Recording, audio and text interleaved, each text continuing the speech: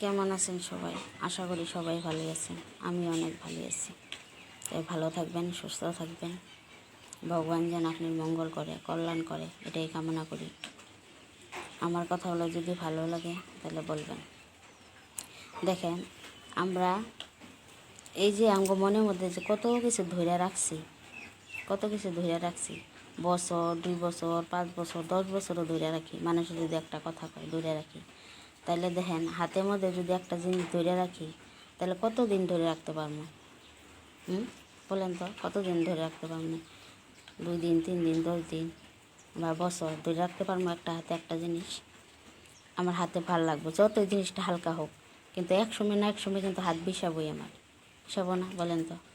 তাইলে এই যে আমগো ভিতরে মনের মধ্যে কত কিছু যে ধইরা রাখছি, মানুষের যে কথাগুলো কইছে ধরে ধরে তো রেখে দিছি, সময় সময় মনে হয়।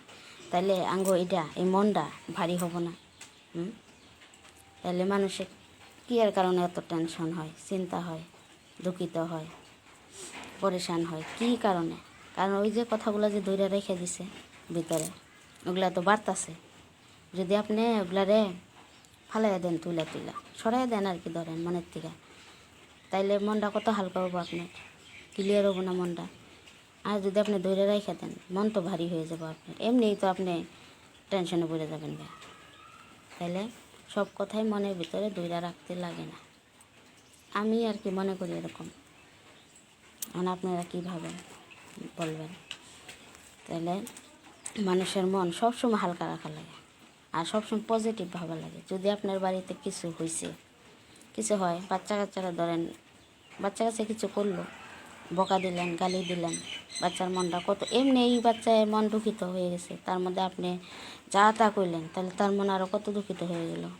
তাহলে আপনার মা বাবা যদি মনের কথাটা বুঝতেন, তাহলে আগে বাচ্চাটারে বলতেন, কী হয়েছে বাবা ক, কথাটা শুনতেন, বুঝতেন, তারপরে শিক্ষা দিতেন, মানে বুঝাইতেন আর কি, যে দেখ বাবা এরকম করিস না, এরকম করা ঠিক না।